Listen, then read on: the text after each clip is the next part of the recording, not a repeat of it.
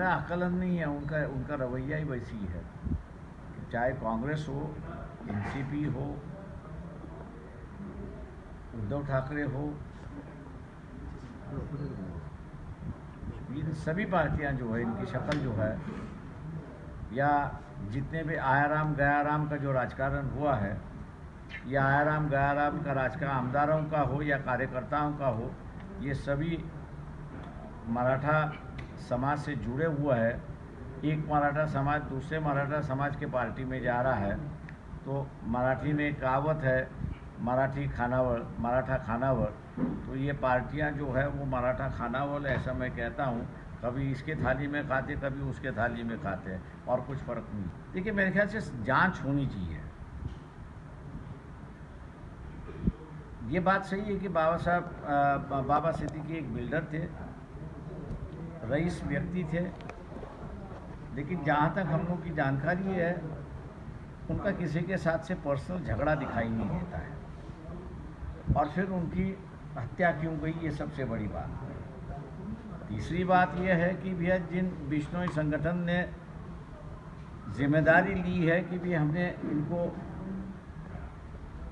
मारा है या गोलियां चलाई है, भैया इनकी व्यक्तिगत दुश्मनी है क्या? अगर व्यक्तिगत दुश्मनी है तो बात समझ में आ रही है। अगर व्यक्तिगत दुश्मनी नहीं है तो बाबा सिद्दीकी को मारने की सुपारी किसने दी, ये सबसे बड़ी बात है। और हम लोग पुलिस से यही कह रहे हैं कि ये जो सुपारी देने वाला जो है, इसको आप ढूंढ के निकालिए, ताकि पता चले कि बाबा सिद्दीकी को गोलियां क्यों मारी। पूरी तरह से फेल हुई, ये मान के चलता हूँ मैं। और इसलिए हम लोग ये कह रहे हैं कि मुख्यमंत्री और होम मिनिस्ट्री जो है, इन्होंने अपने पद का इस्तीफ़ा देना चाहिए।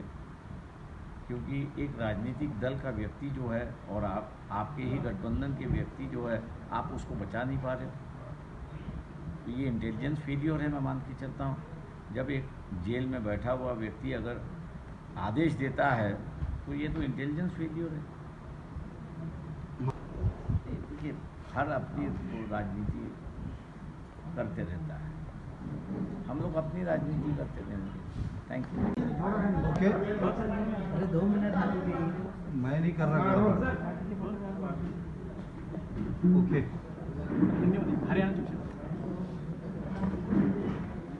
हरियाणा के जितने भी दलित संगठन है, उनकी जो जानकारी है,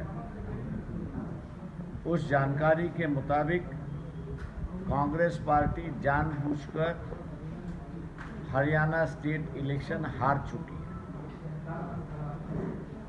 उन्होंने जब यह कोशिश की कि कांग्रेस पार्टी कांग्रेस के दलित नेताओं की जलील क्यों कर रही थी, उनको इग्नोर क्यों कर रही थी, उनको तवज्जो क्यों नहीं दिया जा रहा था, तब उनके ध्यान में आया कि कांग्रेस पार्टी और बीजेपी, इनका अंदरूनी समझौता हो चुका है।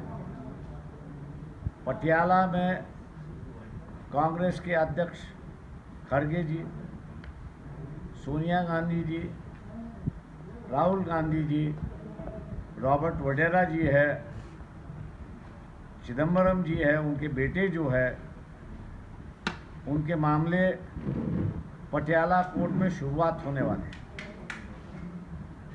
और इसी मामले को लेते हुए ये मामले फिर 5 साल के लिए कोर्ट के सामने ना आए, इसलिए कांग्रेस पार्टी ने हरियाणा इलेक्शन में दलितों को जलील करने की कोशिश की, नेताओं को जलील करने की कोशिश की, ताकि उनमें चिढ़ आ जाए, नफरत की भावना कांग्रेस की तरफ हो और बीजेपी को वो वोट दे। और नतीजा यही हुआ कि दलितों में नफरत की भावना आई और उन्होंने बीजेपी को वोट दिया और बीजेपी की सरकार आई। ऐसी एक परिस्थिति। हम जो है आदिवासियों को लेके, ओबीसी संगठन जो है उनको लेके एक महास खड़ा कर रहे हैं। 90% तक जांच में कहूँ कि उनको सफलता मिली है, 10% बाकी है। 2-3 दिनों में जो है वो 10% की सफलता आएगी और मेरे ख्याल से उस फ्रंट की जो शक्ल है वो हम लोगों के सामने ले आए। इसमें कौन-कौन से गठबंधन आपसे जुड़े हैं?